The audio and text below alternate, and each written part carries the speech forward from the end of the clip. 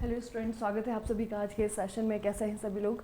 तो चलिए बच्चे स्टार्ट करेंगे इस हफ्ते के पूरे जो खबरें हैं उसका रिवीजन, और कुछ नई न्यूज़ भी आपको देखने को मिलेंगी। ठीक है, चलिए पहला प्रश्न है, संस्थागत प्रसव के माध्यम से जन्म लेने वाली लड़कियों के लिए वित्तीय सहायता बढ़ाने के लिए दुलारी कन्या योजना को नया रूप दिया गया है। इस योजना के तहत नई सावधि जमा राशि क्या है? तो ये जो आपकी स्कीम है, पहले तो इसका नाम याद रखेंगे। स्कीम का नाम है दुलारी कन्या योजना। ठीक है, दुलारी कन्या योजना, यहाँ पे बच्चे जो अमाउंट दिया जाता था ना सरकार के द्वारा, वो बढ़ा दिया गया है। तो बढ़ करके ये कितना हो गया है? 30,000। दूसरा आपको प्रश्न पूछा जाएगा कौन सी सरकार इसे देती है? तो ये जो है आपका कहाँ की है बच्चे? ये है आपका अरुणाचल प्रदेश की। ठीक है, अरुणाचल प्रदेश की स्कीम है जिसके तहत लड़कियों की जो शिक्षा है उसे प्रमोट किया जाता है, उन्हें वित्तीय सहायता दी जाती है। तो यहाँ पर पहले जो धनराशि दी जाती थी वो 20,000 की थी, वो बढ़ करके कितनी हो गई आपकी? 30,000 की हो गई है। ये उस कन्या को जो कि किसी सरकारी अस्पताल में जिसका जन्म होता है, उसके जन्म से बच्चे पैसा उसके नाम पे जो है आपका सेव होना शुरू हो जाएगा। और जैसे ही वो 18 साल की होगी तो 18 साल के बाद जो है ये पैसा जो है मैच्योर होकर के उसे दे दिया जाएगा। ठीक है, अगला है आपका, एक दिवसीय अंतर्राष्ट्रीय ओडीआई में सबसे तेज 200 विकेट तक पहुंचने वाले भारतीय गेंदबाज का रिकॉर्ड किसके नाम आया है? ओडीआई यानी कि वनडे इंटरनेशनल में 200 सबसे तेज विकेट लेने का जो रिकॉर्ड है वो किसके नाम पे आया है? इनका नाम है मोहम्मद शामी। ठीक है, दो तरीके के रिकॉर्ड हमने पिछले हफ्ते देखे, एक तो विराट कोहली का है, एक अब मोहम्मद शामी का है। तो पहला प्रश्न जो है आपका मोहम्मद शामी के लिए है। अगला है, भारत में किस राज्य की विधानसभा अनुवादक सुविधा से लैस होने वाली पहली विधानसभा बनने जा रही है? देखिए बच्चे, एक ऐसी लेजिस्लेटिव असेंबली, ऐसी विधानसभा जहां पर की अनुवादक सुविधा है। अनुवादक सुविधा आपको मालूम है बच्चे, देखिए जैसे आपका संसद होता है, जैसे कि लोकसभा है। अब लोकसभा में जो आपके मेंबर ऑफ पार्लियामेंट होते हैं वो अलग अलग राज्यों से होते हैं। तो वहाँ पे जो आपकी भाषाएं होती हैं, वहाँ पे जो इस्तेमाल होने वाली भाषा है, यानी कि जैसे हिंदी है, इंग्लिश है, तो ज़रूरी नहीं कि वो हर राज्य के एमपी को समझ में आ जाए, है ना। तो उसी के लिए जो है आपका एक अनुवादक सुविधा वहाँ पे होती है, और वही सुविधा जो है आपका किसी एक स्टेट में आ गई है। ठीक है, तो पहली विधानसभा ऐसी बनी है जहाँ पर कि ट्रांसलेटर फैसिलिटी को दिया गया है, और ये विधानसभा है आपकी यूपी की। ठीक है, तो उत्तर प्रदेश की विधानसभा पहली ऐसी विधानसभा है जहाँ पर कि अनुवादक सुविधा दी गई है। देखिए, Uttar Pradesh legislative assembly has become the first in India to introduce the translator facility to enhance legislative proceedings. ठीक है, ताकि सभी लोगों को अपनी अपनी भाषा में जो भी कहा जा रहा है, जो भी आपके सेशन में हो रहा है, वो सब कुछ समझ में आ जाए। अगला प्रश्न है, life on Mars collected stories book का नाम है। बुक का राइटर आपको पूछा हुआ है, किसकी किताब है? नमिता गोखले की है, अरुंधति राय की है, झुम्पा लाहिड़ी की है, चित्रा बनर्जी की है।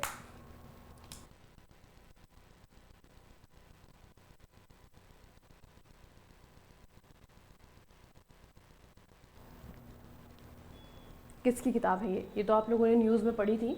लाइफ ऑन मार्स, ये बच्चे नमिता गोखले की बुक है, नमिता गोखले। अगला है आपका, असम में मनाया जाने वाला सिमोलू महोत्सव किस फूल को समर्पित है? पहले तो ये याद रखेंगे कि जो सिमोलू फेस्टिवल है ये असम में मनाया जाता है, असम के लोग इसे मनाते हैं।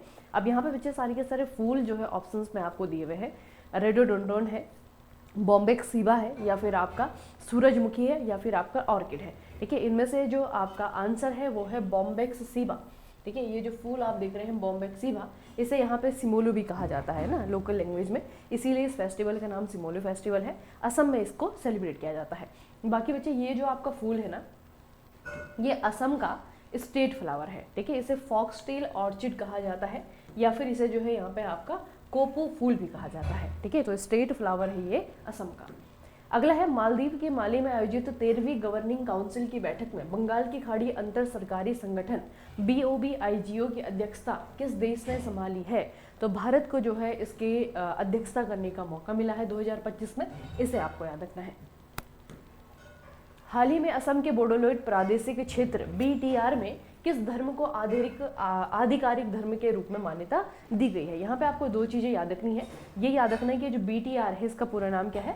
बोडोलैंड प्रादेशिक क्षेत्र। ठीक है, ये जो है इसका पूरा नाम है, और ये कहाँ पर है बच्चे? ये जो है आपका असम में है। कहाँ पर है? असम में है।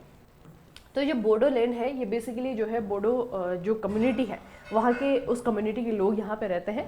तो यहाँ पे बच्चे आपका एक रिलीजन है, इस रिलीजन को ऑफिशियली जो है आपका मान लिया गया है या फिर आधिकारिक रूप से जो है इसे अपना लिया गया है। तो ये धर्म कौन सा है, ये है आपका बैथुइज्म। ठीक है, बैथुइज्म जो है ये आपका रिलीजन है। अब इस रिलीजन के बारे में आपको क्या क्या क्वेश्चन पूछे जा सकते हैं, इसमें आपको याद रखना है जो ये बौद्धो कम्युनिटी है या फिर जो बौद्धिज्म है, इस कम्युनिटी के लोग जो हैं किस देवता को पूजते हैं। तो बच्चे ये आपने सुप्रीम कोर्ट के रूप में यहाँ पे बौराई बथु को पूजते हैं। ठीक है, ये इनके सुप्रीम कोर्ट माने जाते हैं।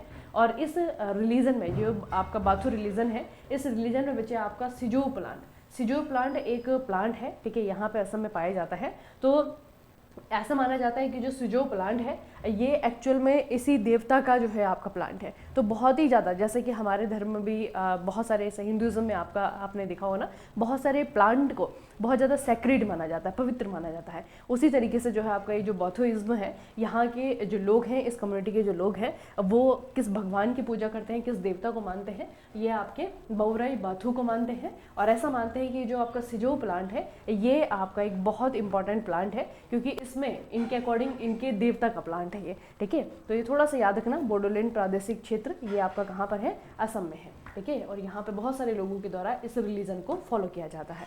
अगला, हाल ही में पद्मश्री पुरस्कार से सम्मानित मायाधर राउत, इनका निधन हुआ है। ये किस पेशे से जुड़े थे।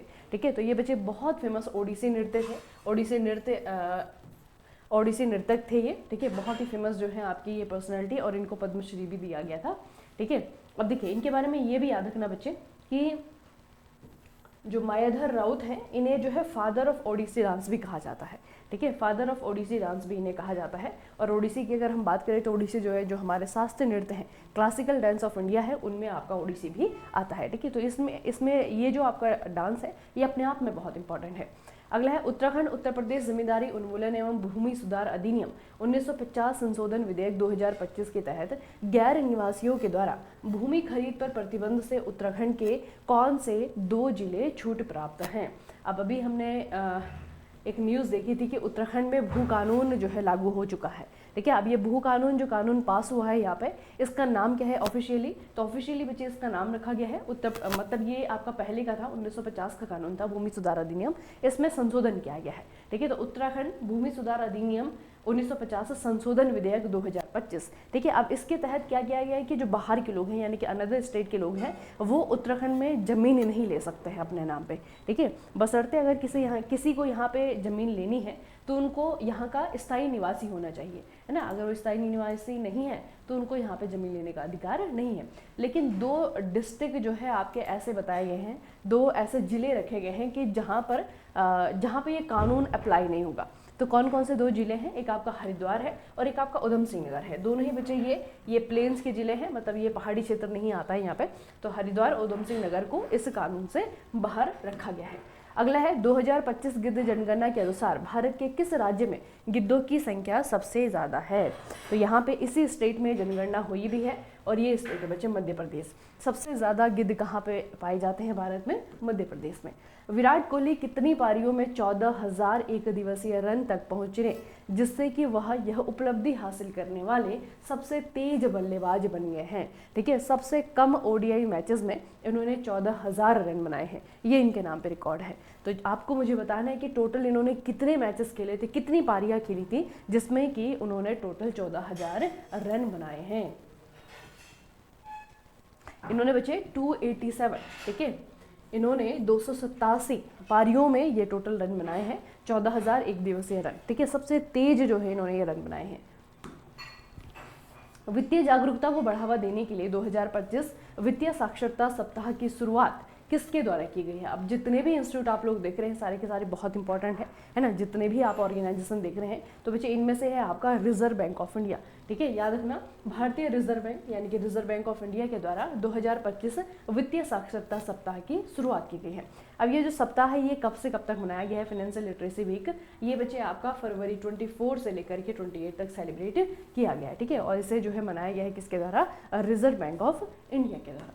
अगला प्रश्न है, इंडियन सुपर लीग ISL 24-25 का खिताब किसके द्वारा जीता गया है? मोहन बागान सुपर जायंट है, बेंगलुरु FC है, मुंबई सिटी FC है, या फिर आपका ओडिशा FC है?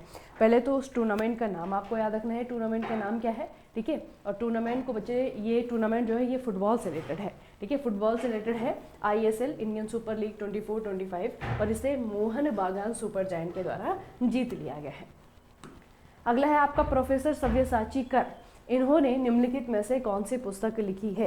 एक नई बुक है जो कि इनके द्वारा लिखी गई है, और इस बुक का नाम है macro economics reforms growth and stability, ठीक है। तो इकोनॉमिक्स पे आपकी किताब है, नाम है macro economics reforms growth and stability. किसके द्वारा लिखी गई है? सव्यसाची कर के द्वारा इसे लिखा गया है। एक और बच्चे यहाँ पे बुक है, इसके बारे में भी एग्जाम में पूछा जाता है, यह है इंडियाज ट्रिस्ट विद डेस्टिनी, ठीक है। ये किताब किसकी है? ये है JL नेहरू की, JL नेहरू की किताब है ये।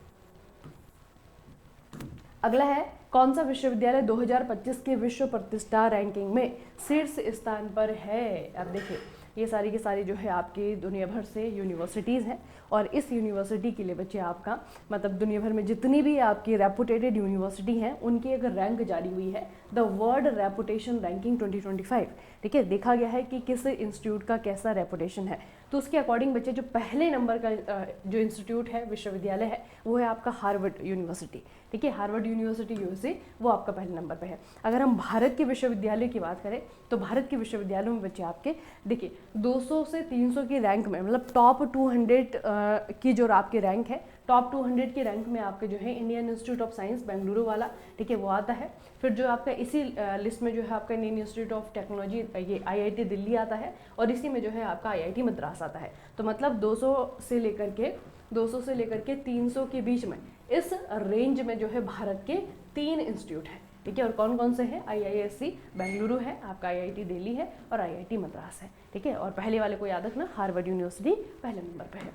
अगला प्रश्न है, सोलिगा भारत का पहला आदिवासी समूह था जिसने कि क्या किया था? सोलिगा कम्युनिटी ये आदिवासी समुदाय है, ठीक है। ये भी पूछा जा सकता है कि कौन से स्टेट में पाया जाता है और इन्होंने क्या किया है, ये किस लिए जो है जाने जाते हैं, ये भी आपको पूछा जा सकता है, ठीक है। तो इसका जो आंसर है वो ये है कि इन्होंने न्यायालय के निर्णय के माध्यम से बाघ अभ्यारण्य के अंदर अपने वन अधिकारों को मान्यता दिलाई है, ठीक है। इनका एक केस था जो है कोर्ट में, इन्होंने एक कोर्ट केस बच्चे जीत लिया है ना। बेसिकली क्या है, जो यहाँ पे टाइगर रिजर्व बनाए जाते हैं ना, तो टाइगर रिजर्व के भीतर जो है इनके जितने भी राइट्स होते हैं, आपको पता है बच्चे, जितने भी ऐसे कंजर्वेशन वाले जो क्षेत्र होते हैं, चाहे वो नेशनल पार्क है, वाइल्ड लाइफ सेंचुरीज है, तो यहाँ पे लोगों को प्रतिबंधित किया जाता है ना, लोगों की एक्टिविटी को बैन किया जाता है। लेकिन अब क्या होता है कि कुछ कम्युनिटीज़ ऐसी हैं जो कि पर्टिकुलरली जो है जंगल पे ही डिपेंड करती हैं, है ना। उनकी जो रोजी रोटी है, उनका जो काम है, उनकी जो एक्टिविटीज़ हैं, वो सारी की सारी जो है जंगल पे ही डिपेंड करती हैं। तो इस चीज़ को लेकर के जो है आपका सोलिगा पहली ऐसी आदिवासी बनी है जिन्होंने कि ये जो कोर्ट केस है वो जीता है, ठीक है। तो इनको बाघ अभ्यारण्य के भीतर जो है इनके जितने भी राइट्स थे वो दिए गए हैं, वो बहाल किए गए हैं, ठीक है। अब इसके बारे में आपको क्या क्या पूछा जा सकता है सोलिगा ट्राइब के बारे में? देखिए, ये जो है एक इंडिजिनस ट्राइब है, ठीक है। और कहाँ पे बच्चे आपकी पाई जाती है? ये है आपका कर्नाटका, ठीक है। कर्नाटका का जो बिलीगिरी रंगना हिल्स है, ठीक है, यहाँ पे, और एक आपका इरोड डिस्ट्रिक्ट है तमिलनाडु में, वहाँ पे पाए जाते हैं। They are known as the children of bamboo in Canada, ठीक है। चिल्ड्रन ऑफ बैम्बू भी इन्हें कहा जाता है, ठीक है। कन्नड़ा भाषा में इन्हें कहा जाता है चिल्ड्रन ऑफ बैम्बू। तो इनका नाम याद रखिएगा, सोलिगा। पूछा जाएगा कौन से क्षेत्र में, तो दक्षिण भारत में आपका ज़्यादातर कर्नाटका में ये कम्युनिटी पाई जाती है, कुछ क्षेत्र में जो है आपका तमिलनाडु में भी देखने को मिलती है, ठीक है। और कर्नाटका और तमिलनाडु में, खास करके कर्नाटक में, आपको पता है कि यहाँ पे बहुत सारे टाइगर रिजर्व हैं, ठीक है। बांदीपुर जो है भारत का पहला टाइगर रिजर्व भी यहीं पे है, ठीक है। तो ये आपको याद रखना है, सोलिगा भारत का पहला ऐसा आदिवासी समुदाय था।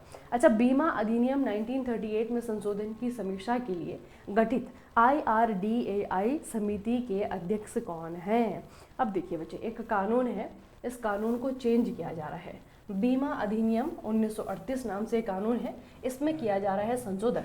अब इसमें संशोधन किस चीज़ में करना है, कैसा संशोधन करना है, क्या चीज़ हटानी है, क्या चीज़ जोड़नी है, उसको लेकर के बनाई गई है कमेटी, ठीक है। अब इस कमेटी का हेड आपको पूछा है कि इस कमेटी के हेड कौन है, तो इस कमेटी के हेड जो बने हैं वो एक बहुत ही जाने माने नाम है, आप लोगों ने बहुत लंबे समय तक इनका नाम भी याद किया हुआ है, SBI के चेयरपर्सन के रूप में, ठीक है। तो SBI के पूर्व चेयरपर्सन यानी कि मिस्टर DK खरा, दिनेश कुमार खरा को इस समिति का अध्यक्ष चुना गया है, ठीक है। The insurance act of 8 has been amended multiple times including by the Insurance Amendment Act 2021। ठीक है, 2021 में भी इसे जो है अमेंड किया गया था, अभी दोबारा जो है इसकी संशोधन किया जा रहा है। तो संशोधन की समीक्षा के लिए IRDA के द्वारा क्या बनाई गई है, एक कमेटी बनाई गई है और कमेटी के हेड के रूप में चुना गया है मिस्टर दिनेश कुमार खरा।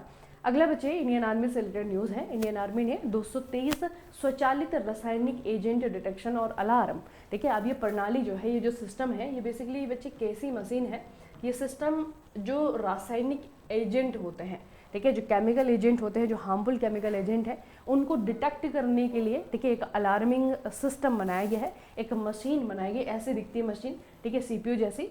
तो इस मशीन को इंडियन आर्मी के द्वारा खरीदा जा रहा है। अब इंडियन आर्मी जिससे मशीन खरीद रही है वो कंपनी का नाम आपको पूछा है, BL की है, LNT की है, TSL की है या फिर आपका HAL की है, किसकी है ये जो मशीन बनाई है इन्होंने केमिकल डिटेक्टर की, ये किसकी है, ये है आपके लार्सन एंड टुब्रो की, ठीक है, Larsen and Toubro LNT limited.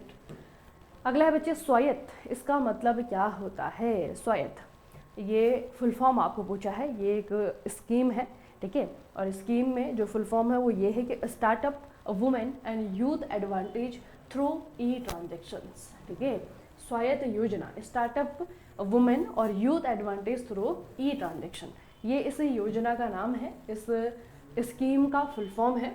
अब इस योजना से रिलेटेड बच्चे कुछ चीज़ें थोड़ा सा याद रखना। ये स्कीम जो है 2019 में लॉन्च हुई थी, ठीक है, और किस चीज़ के लिए लॉन्च हुई थी, ताकि जो महिलाएं हैं, आप लोग स्कीम में ही नाम देख रहे हैं कि जो यूथ है यानी कि जो युवा है और जो महिलाएं हैं उनसे रिलेटेड जो ये स्टार्टअप है, ठीक है, उनको थोड़ा सा बढ़ावा दिया जाए, उनको जो है इनकरेज किया जाए, ठीक है, किसके माध्यम से, E-ट्रांजेक्शन के माध्यम से, E-ट्रांजेक्शन के माध्यम से, ठीक है। अगला है आपका तमिलनाडु के अरकोडम में CISF के रिक्रूट ट्रेनिंग सेंटर का नया नाम क्या रखा गया है, CISF, इनका बच्चे एक रिक्रूट ट्रेनिंग सेंटर था, कहाँ पे, तमिलनाडु में, अरकोडम में, और उसका नाम जो है एक चोल राजा के नाम पे रखा गया है, इसीलिए थोड़ा सा ये आपका चर्चाओं में रहा है, ठीक है। तो ये जो आपका ट्रेनिंग सेंटर है, इसका नाम जो है आपका रखा गया है राजादित्य चोलन, ठीक है, राजादित्य चोलन RTC इसे आप कहा जाएगा, ठीक है, रिक्रूटमेंट ट्रेनिंग सेंटर कहा जाएगा। तो इससे एक सिंपल सा क्वेश्चन बन सकता है कि जो राजादित्य चोलियन यानी कि जो रिक्रूट ट्रेनिंग सेंटर है इंडियन आर्मी का, या CISF का, वो कहाँ पर है, ये है आपका तमिलनाडु में, ठीक है। देखिए, CISF names recruit training centre in Arakkonam after Rajaditya the Chola prince who was killed in Takkolam, ठीक है। तो ये थोड़ा सा आपको याद रखना है कि चोल वंश के राजा है राजादित्य और उनके नाम पे सेंटर का नाम पड़ा है। अच्छा, कैली फंड की स्थापना, कैली फंड, इसकी स्थापना किस अंतर्राष्ट्रीय सम्मेलन के तहत की गई थी। अब ये बच्चे आपका दोबारा से चर्चाओं में आया है कैली फंड, इनमें से कोई तो एक इंस्टीट्यूट है, इसके अंतर्राष्ट्रीय सम्मेलन के वक्त जो है कैली फंड की स्थापना की गई है, ठीक है। तो कौन सा वाला इंस्टीट्यूट है, इनमें से कौन सा वाला ऑर्गेनाइजेशन है।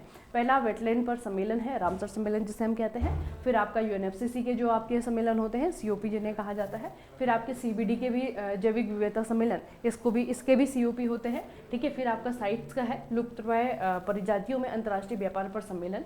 तो इनमें से किसमें, कौन से वाले अंतर्राष्ट्रीय सम्मेलन के तहत कैली फंड की स्थापना की गई है।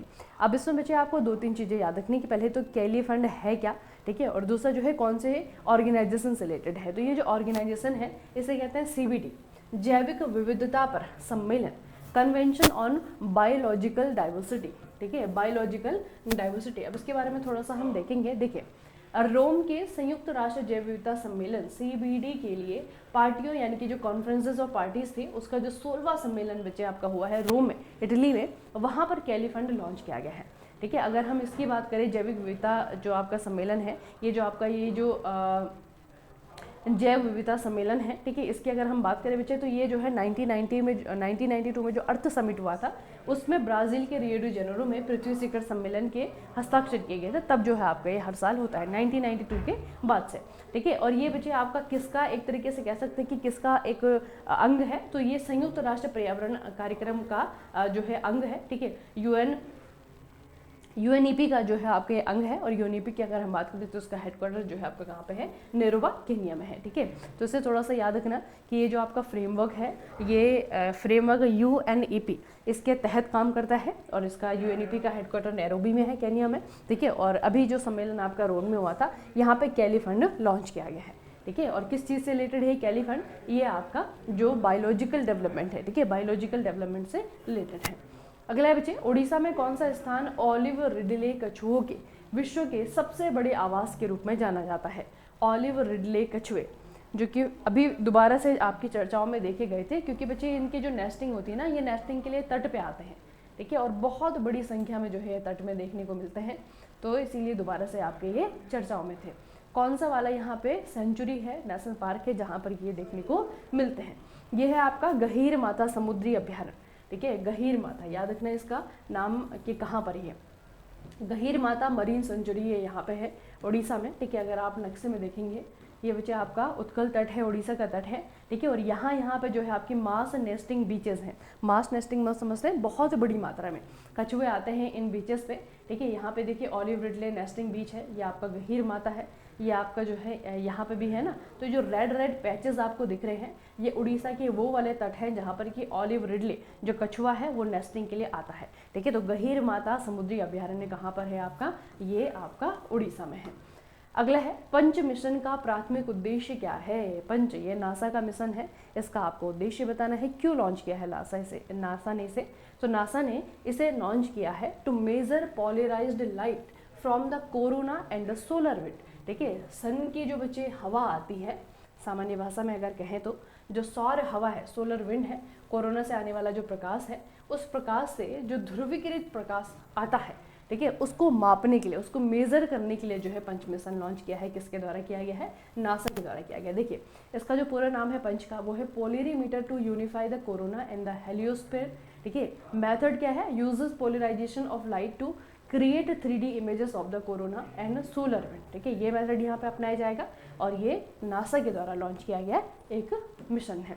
अगला है बच्चे दीपा अवस्थी, इनके द्वारा अनुवादित किस कन्नड़ लेखक की लघु कहानी संग्रह, कहानी का नाम है हार्ट लैम्प, ठीक है। हार्ट लैम्प को अंतर्राष्ट्रीय बुकर पुरस्कार 2025 के लिए नामांकित किया गया है, शॉर्ट लिस्टेड किया गया, अभी जीता नहीं है, ठीक है, शॉर्ट लिस्टेड किया गया है। तो यहाँ पे आपको पता होना चाहिए कि जो अंतर्राष्ट्रीय बुकर पुरस्कार है ये दिया जाता है अंग्रेजी भाषा की किताबों को, ठीक है। अब ये अंग्रेजी भाषा की किताबों को बच्चे दिया जाता है, तो ये एक कन्नड़ भाषा की जो है राइटर है और इनकी किताब का नाम है हार्ट लैम्प। अब इसे जो है इंग्लिश ट्रांसलेट किया है दीपा अवस्थी ने, ठीक है। तो दोनों ही राइटर को जो है, जो ट्रांसलेटर होता है ना, उसे भी पुरस्कृत किया जाता है और जिनकी ओरिजिनल कॉपी होती है, ओरिजिनल बुक होती है, उनको भी पुरस्कृत किया जाता है। तो एक्चुअल में जो किताब है ओरिजिनली ये है बानू मुश्ताक की, ठीक है, बानू मुश्ताक की किताब है और इसे ट्रांसलेट किया है दीपा अवस्थी ने। हार्ट लैम्प जो है आपको याद रखनी है, इसमें बहुत सारी शॉर्ट स्टोरीज है, इनका एक कलेक्शन है। अगला विषय, ट्राइफेड ने हाल ही में आदिवासी उद्यमिता को बढ़ावा देने के लिए किन संगठनों के साथ में समझौते ज्ञापन पर हस्ताक्षर किया है। ट्राइफेड, पहले तो आपको ये भी पता होना चाहिए कि ट्राइफेड है क्या, जब आप इकोनॉमिक्स पढ़ते हैं बच्चे तो वहाँ पे आपको बताया जाता है, ठीक है। अब ट्राइफेड ने, इनमें से अगर आप लोग देखेंगे तो यहाँ पे दो ऑर्गेनाइजेशन है, एक तो आपका फैशन टेक्नोलॉजी है, ठीक है, और एक आपका HPMC है, NIFT है, और दूसरा आपका HPMC है। इन दोनों के साथ में ट्राइफेड ने क्या किया है, जो आदिवासी लोग हैं, ट्राइबल लोग हैं, उनके यहाँ पे स्टार्टअप को बढ़ाने के लिए, ठीक है, क्या किया है, उन्होंने समझौता किया है, समझौते ज्ञापन पे हस्ताक्षर किए हैं। देखिए, TRIFED science MOU with the national institute of fashion technology and Himachal Pradesh horticulture produce marketing and processing corporation limited for facilitating tribal entrepreneurship, है ना, जो उद्यमी हैं, ट्राइबल उद्यमी है, ट्राइबल एंटरप्रेन्योरशिप है, उसको बढ़ावा देने के लिए उन्होंने काम किया है। अब ट्राइफेड के बारे में थोड़ा सा बच्चे याद रखना, ट्राइफेड का पूरा नाम अगर आप लोग देखेंगे, tribal cooperative marketing development federation of India limited, ठीक है, ट्राइबल कोऑपरेटिव मार्केटिंग डेवलपमेंट, ठीक है, मतलब कि जो ट्राइब्स की जो कम्युनिटी होती हैं उनको इकोनॉमिकली किस तरीके से डेवलप किया जाए, उसके लिए इंस्टीट्यूट काम करता है। और ये एक नेशनल ऑर्गेनाइजेशन है जो कि ट्राइबल प्रोडक्ट को मार्केटिंग, एक तरीके से जो ट्राइबल प्रोडक्ट्स होते हैं उनकी मार्केटिंग करता है, उनको मार्केट जो है मुहैया करवाता है, ठीक है। उसके अलावा ये याद रखना 1987 में 1987 में इसकी स्थापना हुई थी, ठीक है, ताकि जो ट्राइबल लोग हैं, ताकि जो आदिवासी लोग हैं, उनका जो सोशियो इकोनॉमिक स्टेटस है उसे बढ़ाया जा सके, है ना। तो बहुत सारे ऐसे प्रोडक्ट हैं जो कि ट्राइब से रिलेटेड होते हैं, ट्राइब में क्योंकि बच्चे जंगल से ज़्यादा जुड़े हुए लोग होते हैं ना, तो बहुत सारी चीज़ें होती हैं इनके पास में जो कि प्राकृतिक रूप से ये जो है कंज्यूम करते हैं ना, प्राकृतिक रूप से मिलती हैं चीज़ें, इनको जो है अपने अकॉर्डिंग जो है थोड़ा सा उसको बना करके उसके प्रोसेस करके उसके बाद में इस्तेमाल करते हैं। और बहुत ही ज़्यादा जो है जितने भी ट्राइबल प्रोडक्ट आप लोग देखते हैं तो अधिकतर जो है ये चीज़ें बच्चे कैसी होती हैं, मतलब बेनिफिशियल बहुत ज़्यादा होती हैं। ठीक है, तो इन प्रोडक्ट को जो है मार्केटिंग का अवसर देने के लिए, इन प्रोडक्ट को आपका पूरे देश भर में प्रमोट करने के लिए ऑर्गेनाइजेशन काम करता है, इसका याद रखना, ट्राइफेड। अगला है DPIIT। DPIIT ने भारत के स्टार्टअप इकोसिस्टम को बढ़ावा देने के लिए कौन से संगठन के साथ में समझौता किया है? अब यहाँ पे क्या है कि DPIIT क्या है, ये भी पूछा जा सकता है आपको। ठीक है, DPIIT पहले तो थोड़ा सा ये याद रखना बच्चे, ये देखिए, department for promotion of industry and internal trade is a central government department under the ministry of commerce and industry. ठीक है, अब ये जो उद्योग और वाणिज्य मंत्रालय है भारत का, इसके अंतर्गत एक डिपार्टमेंट आता है, एक विभाग आता है जिसे DPIIT कहा जाता है। अब बच्चे हाल ही में DPIIT के द्वारा पेटीएम है, नीति आयोग है, भारतीय स्टेट बैंक है या फिर सेबी है, इनमें से किसी एक के साथ में इनके द्वारा समझौता किया गया है। तो जो इन्होंने समझौता किया है ये किसके साथ में किया है? इन्होंने किया है नीति आयोग के साथ में। ठीक है, तो DPIIT का समझौता याद रखना। अगला है केंद्रीय नागरिक उड्डयन मंत्री ने किस हवाई अड्डे पर उड़ान यात्री कैफे का उद्घाटन किया है? ये किया गया है आपका चेन्नई हवाई अड्डे पे। ठीक है, चेन्नई हवाई अड्डे पे। गोपीनाथ बोरदोलोई अंतर्राष्ट्रीय हवाई अड्डा किस शहर में स्थित है, जिसके एक नए टर्मिनल भवन का डिजाइन हाल ही में अनावरण किया गया है? तो गोपीनाथ बोरदोलोई अंतर्राष्ट्रीय हवाई अड्डा, एक नंबर का स्टैटिक जीके का भी क्वेश्चन है, कहाँ पर ये आपका है? ठीक है, तो याद रखना बच्चे, ये आपका असम में है, और असम में कहाँ पर? गुवाहाटी में। ठीक है, असम के गुवाहाटी में है आपका ये अंतर्राष्ट्रीय हवाई अड्डा, जिसके कारण ये थोड़ा सा आपका चर्चाओं में था। ठीक है, अगला है 21-22 फरवरी 2025 को भारत के किस तटीय राज्य में सागर कवच अभ्यास आयोजित किया गया था? सागर कवच अभ्यास ये कौन से स्टेट में आपका हुआ है? सागर कवच अभ्यास गुजरात है, तमिलनाडु है, पश्चिम बंगाल है, महाराष्ट्र है, ये कहाँ पर हुआ है?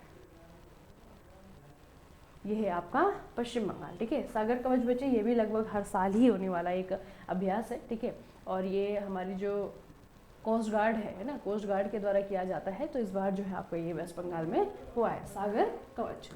अगला है आपका प्रधानमंत्री नरेंद्र मोदी ने प्रधानमंत्री किसान सम्मान निधि की 19वीं किस्त किस राज्य से जारी की है? यहाँ पे आपका यूपी है, बिहार है, हिमाचल प्रदेश है, असम है। देखिए, ये पुरानी स्कीम है लेकिन बार बार जो है इसका जिक्र किया जाता है, तो आपको याद होना चाहिए कि स्कीम कब की है और स्कीम में क्या दिया जाता है।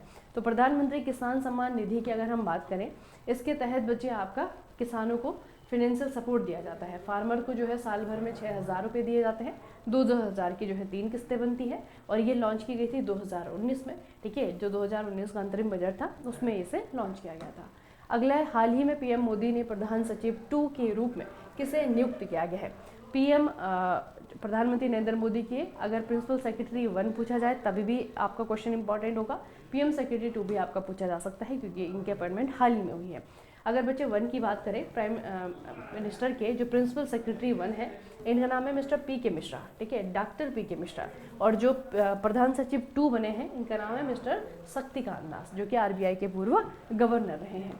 अगला प्रश्न है, भारत का पहला चिड़ियाघर आधारित वन्यजीव बायो बैंक ये कहाँ पर स्थापित किया गया है? पहला बायो बैंक। ठीक है, बायो बैंक का मतलब क्या है? जो भी ऑर्गेनिक कंपाउंड होते हैं जानवरों के, ठीक है, उनको संभाल करके रखना, उनको संजो करके रखना, ताकि आने वाले कल में, फ्यूचर में इनका इस्तेमाल किया जा सके। ठीक है, तो ये जो बच्चा आपका पहला बायो बैंक आपका बना है, कौन से वाले चिड़ियाघर में बना है? तो ये आपका दार्जिलिंग में है, पद्मजा नायडू हिमालयन प्राणी उद्यान है ना। स्टेट पूछा जाएगा तो वेस्ट बंगाल में है। अगला है, STPI के द्वारा नई IT इंक्यूबेशन सुविधा कहाँ पर शुरू की गई है? IT इंक्यूबेशन, ये शब्द पहले भी मैंने आपको डिस्क्राइब किया था। IT इंक्यूबेशन का मतलब क्या होता है बच्चे? IT इंक्यूबेशन का मतलब होता है एक ऐसी पर्टिकुलरली एक ऐसी जगह है जहाँ पर कि IT सेक्टर के जो भी स्टार्टअप होते हैं, जो भी कंपनीज होती हैं, जो भी फैसिलिटी होती हैं, उनको प्रमोट किया जाता है, उनको वहाँ पे स्टार्ट किया जाता है। ठीक है, तो इस तरीके की जो आपकी फैसिलिटी होती है, इस तरीके के जो आपके सेंटर्स होते हैं, उन्हें कहा जाता है आपका IT इंक्यूबेशन। तो ये जो IT इंक्यूबेशन इस बार बना है, वो बना है आपका कोलकाता में। ठीक है, IT इंक्यूबेशन सेंटर। देखिए, software technology parks of India STPI launched a new IT incubation facility सार्टली कोलकाता, फरवरी 2025 में यहाँ पे लॉन्च हुआ है। ठीक है, इतना आपको याद रखना है। पहला भारतीय अमेरिकी FBI निदेशक कौन बना है? FBI के पहले भारतीय निदेशक, इनका नाम है मिस्टर काश पटेल। ठीक है, इंपॉर्टेंट अपॉइंटमेंट है, नाम याद रखेंगे। प्रस्तावित अरावली सफारी पार्क किस राज्य में स्थित है? तो ये थोड़ा सा आपका आसान सा प्रश्न है। ठीक है, अरावली सफारी पार्क बच्चे आपका हरियाणा में। ठीक है, पहले भी किया था क्योंकि बच्चे इसे बनने में थोड़ा सा जो NGT है वो कई बार इस पर रोक लगा चुका है ना, तो अभी जो है अरावली सफारी पार्क जो है ये हरियाणा में शुरू की जाएगी। दूसरा, अखिल भारतीय राज्य जल मंत्रियों का सम्मेलन कहाँ पर आयोजित हुआ है? अखिल भारतीय राज्य जल मंत्री, जितने भी स्टेट से रिलेटेड आपके जल मंत्री हैं उनका सम्मेलन इस बार 2025 में कहाँ पर हुआ है? राजस्थान में हुआ है। राजस्थान से आपको याद रहेगा जल, है ना, जल मंत्रियों का सम्मेलन राजस्थान में। अगला है अंतरदेशीय जलमार्ग परिवहन IWT टर्मिनल का उद्घाटन कहाँ पर किया गया है? IWT याद रखिएगा, इनलैंड वाटरवेज ट्रांसपोर्ट। ठीक है, इसका एक टर्मिनल बच्चे इनोग्रेट किया गया है और इसका इनोग्रेशन किया गया है असम में। ठीक है, कहाँ पर? असम में IWT टर्मिनल। अच्छा, 17वीं सीनियर राष्ट्रीय पुरुष कबड्डी चैंपियनशिप किसने जीती है? ये भी आपका इंपॉर्टेंट क्वेश्चन है। ठीक है, रेलवे है, सर्विसेज है, यूपी है, पंजाब है, कौन से स्टेट ने इसे जीता है? तो सर्विसेज की टीम बची जीत गई है। ठीक है, सर्विसेज की टीम जो है सीनियर राष्ट्रीय पुरुष कबड्डी चैंपियनशिप जीत गई है। अगला है स्क्वैश सिडनी क्लासिक 2025 का खिताब किसने जीता है? स्क्वैश के खिलाड़ी हैं, इन्होंने जो है इनका नाम है सौरभ घोषाल। इन्होंने पहले अंतर्राष्ट्रीय खेल से, अंतर्राष्ट्रीय जो है आपका इनका प्रोफेशनल गेम होता है उससे इन्होंने संन्यास ले लिया था। उसके बाद जो है इन्होंने संन्यास की जो खबरें हैं वो नकार दी और दोबारा से जो है ये प्रोफेशनल स्क्वैश में आ गए और अभी इन्होंने ये टूर्नामेंट जीता है। स्क्वैश में सिडनी क्लासिक 2025 टूर्नामेंट उन्होंने जीता है। ठीक है, चलिए, तो ये जो है आज की आपकी अंतिम खबर होती है। ठीक है, उसके अलावा बच्चे RRB JEE CBT 2 के लिए अगर आप लोग प्रिपेयर कर रहे हैं, उसके लिए तैयारी कर रहे हैं, उसके लिए मॉर्निंग में जो है 10 बजे क्लास होती है, लाइव क्लास होती है। इसमें आपका कंप्यूटर हो गया, आपका इन्वायरमेंट हो गया, करंट अफेयर का रिवीजन हो गया, सारी की सारी चीज़ें करवाई जा रही हैं। ठीक है, तो अगर आप लोग प्रिपरेशन कर रहे हैं और इन चीज़ों के लिए जो है अगर आपको प्रैक्टिस क्वेश्चन नहीं मिल रहे हैं, क्योंकि इन्वायरमेंट में हो गया आपका, इन्वायरमेंट एक ऐसा सब्जेक्ट है अभी उसके जो टॉपिक दिए हुए हैं ना, जो आपका सिलेबस RRB JEE के, उसके टॉपिक के MCQ बहुत कम मिलते हैं। ठीक है, तो अगर प्रैक्टिस के लिए अगर आपको ज्वाइन करना है क्लासेस को तो सुबह 10 बजे आपकी लाइव क्लास होती है, वहाँ पे आप लोग अवेलेबल हो सकते हैं। ठीक है, उसके अलावा जो है अगर आप जितने भी सब्जेक्ट आपका है, जो 15 नंबर के GK GS हो गया आपका, ठीक है, 10 नंबर का कंप्यूटर हो गया, 10 नंबर का इन्वायरमेंट हो गया, अगर आप इन तीनों सब्जेक्ट की कंबाइंड प्रिपरेशन करना चाहते हैं, ठीक है, प्रिपरेशन तो अभी क्या होगी, लेकिन अगर प्रैक्टिस करना चाहते हैं तो प्रैक्टिस के लिए भी जो है आपका GK प्रैक्टिस बैच है, उसमें आप खुद को इनरोल कर सकते हैं। ठीक है, चलिए फिर आज का सेशन यहीं पे समाप्त करेंगे, मिलेंगे दूसरे हफ्ते। तब तक के लिए पढ़ते रहिए, बढ़ते रहिए, अपना खूब सारा ख्याल रखिएगा। आप सभी का बहुत बहुत धन्यवाद।